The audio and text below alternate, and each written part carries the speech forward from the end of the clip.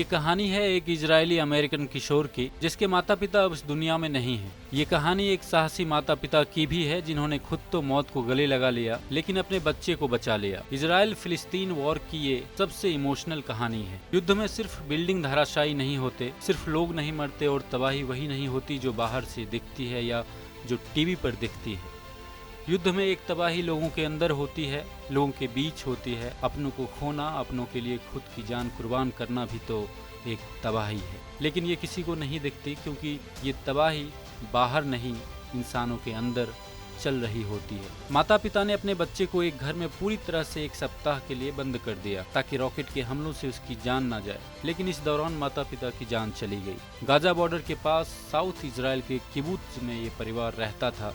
घर के सबसे छोटे कमरे में लड़के को छुपाया गया था। ये कहानी है डेबी माथियास और उनके बेटे रोटेम की। रिश्तेदारों का कहना है कि माथियास अपने बेटे को बचाने के लिए जो कर सकती थी उसने किया। इस दौरान उसके कंधे से पूरी तरह खून बह रहा था। कुछ दिन पहले ही पूरे परिवार ने उसका 50वां जन्मदिन मनाया था। रोटेम की बहन कहती है, मेरे ख्याल से 7:40 का वक्त रहा होगा जब हमारे माता पिता ने हमारी फैमिली व्हाट्सएप ग्रुप में मैसेज किया। माँ ने कहा हम ग्लास के टूटने और लोगों के अरबी बोलने की आवाजें सुन रहे हैं। मेरे माता पिता बहुत डरे हुए थे। इसके तुरंत बाद हमारी बात बंद हो गई। 10 मिनट हो गए, 20 मिनट हो गए, उधर से कोई जवाब नहीं मिला। उसके बाद मेरे भाई ने ग्रुप में मैसेज किया, मम्मी डैडी नहीं रहे, मुझे माफ करना। मैंने उसको बोला ओके, हो सकता है कि वे घायल हुए हों, लेकिन उन्हें कुछ नहीं हुआ होगा, उन्हें कुछ भी नहीं हो सकता है। हम सिर्फ और सिर्फ बंदूक की आवाजें और बम के धमाकों की आवाजें सुन रहे थे, लोगों की चीख पुकार, कार में धमाके। ये सब ऐसा था कि जब आप अपनी आंख बंद करें तो सब कुछ थिएटर जैसा लगने लगे, लेकिन आंखें खोलते ही आप महसूस करते हैं कि आप तो अपने कमरे में हैं और यही सच्चाई है।